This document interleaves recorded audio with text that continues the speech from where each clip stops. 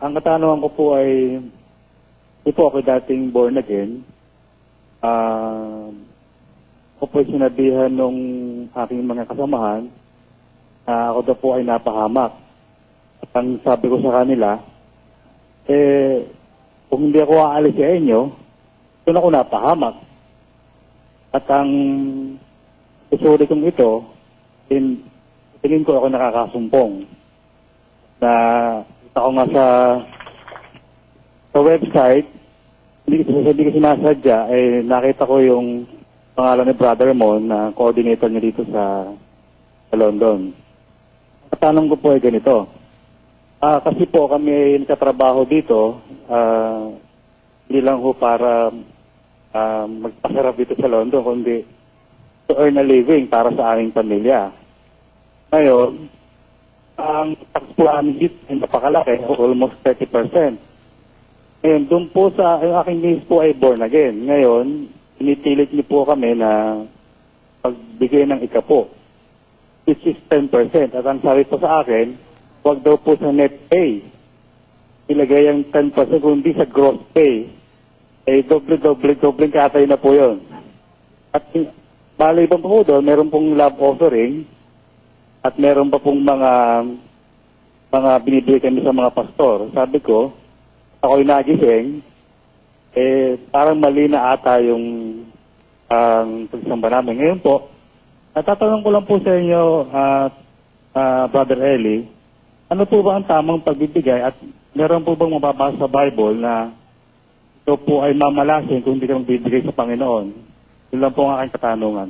Alam nyo, that notion na kayo ay magbibigay sa Diyos, napakamali hindi naman kailangan ng Diyos yung pera Ba't mo naman sasabihin magbibigay ka sa Panginoon, kapatid? Sino ba tarantado may sabi sa'yo, ang Panginoon ang bibigyan mo? Napakalaking kalokohan yan, pandaraya sa'yo yan. Alam mo, ang binibigyan, hindi ang Diyos. Ang Diyos nga ang nagbibigay Pakinggan nyo sa 17:24 ng Gawa. Basa. Ang Diyos na gumawa ng sanglibutan at ng lahat ng mga bagay na naririto, siya palibhasa'y Panginoon ng langit at ng lupa, ay hindi tumatahan sa mga templong ginawa ng mga kamay. Ni hindi rin naman pinaglilingkuran siya ng mga kamay ng mga tao na para bagang siya'y nangangailangan ng anumang bagay. Yamang siya rin ang nagbibigay sa lahat ng buhay at ng hininga at ng lahat ng mga bagay. Ito mo, siya pala nagbibigay. Tapos sasabihin mo, siya bibigyan mo. Mali yun. Sa amin nagbibigay. Kami nagbibigay kami.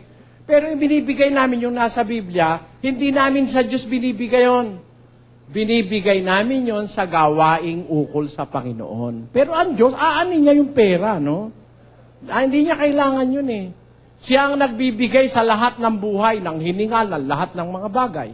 Ngayon, nagbibigay kami sa samahang ito, hindi sa Diyos, nagbibigay kami para sa gawain na ukol sa Diyos, yung pangangaral ng salita. Ngayon, paano ba ang pagbibigay? Gaya ba ng sinasabi ng mga born again? Basahin natin ang 2 Korinto 9:7. Basa. Magbigay ang bawat isa ayon sa ipinasya ng kanyang puso. Huwag mabigat sa loob o dahil sa kailangan. Sapagkat iniibig ng Diyos ang nagbibigay na masaya. Ayon, give according as He purposed in His heart, every man must give. Not grudgingly or of necessity, for God loveth a cheerful giver. Sabi ng Biblia. Ang lambang sa ros tumao, siring sa pinagmawot niya sa iyang puso, bakong sa maraot na buot o sa kapiritan, hulita ang Diyos na mumuot sa maugmang paratao. Ayun. Ang lambang saro, bawat isa, magbibigay ayon sa ipinasya ng kanyang puso. Hindi naman tayo dapat pilitin Kung ano yung masaya sa puso mo, alam mong makakatulong ka, yun ang mahal, yun ang gusto ng Diyos para sa gawain.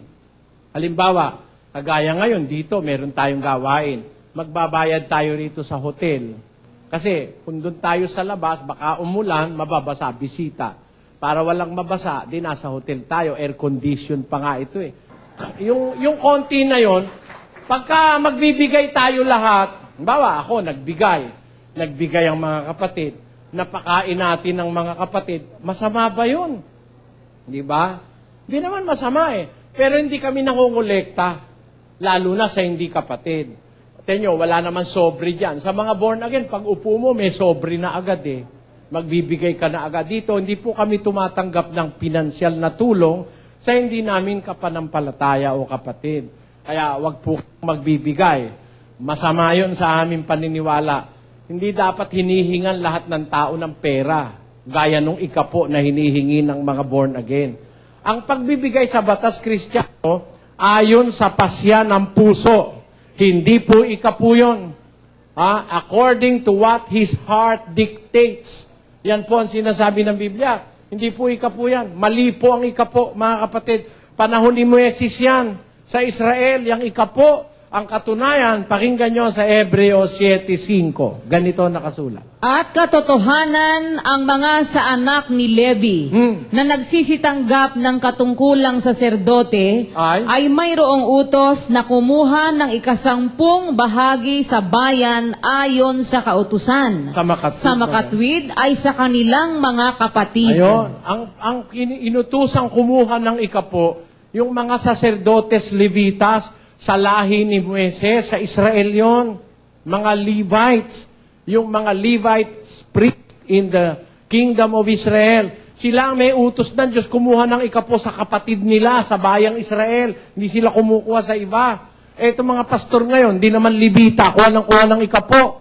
Kasi, pag ikapo ang hiningi mo, sure money yun eh. Pag kumita ng 100 yung miyembro, 10 agad sa pastor. Pag kumita ng 1,000, 100 agad sa pastor. Pag kumita ng 10,000 yung miyembro, 1,000 agad sa pastor. Pag kumita ka sa 1,000,000, 100,000 sa pastor. Pag kumita ka ng 10 milyones, 1,000,000 sa pastor. Wala siyang kapagod-pagod, dai-dai niyang pera. Dinadahilan niya Diyos. Hindi totoo yan. Hindi batas ng Kristiyano yan. Batas yan sa mga saserdotes Levitas na pagdating ni Kristo, pinalitan na yung saserdote na yan. Pakinggan nyo sa 7:12. Sapagkat nang palitan ang pagkasaserdote, ay kinailangang palitan naman ang kautusan. Yan, nang palitan ang pagkasaserdote ng mga Levita, pinalitan pati kautusan. Kaya wala na po yung ikapu ngayon. Ang batas ngayon, magbibigay ka ayon sa pasya ng iyong puso. Yan ang batas Kristiyano. Okay na yan, kapatid? Ano na po yun, Brother Eli?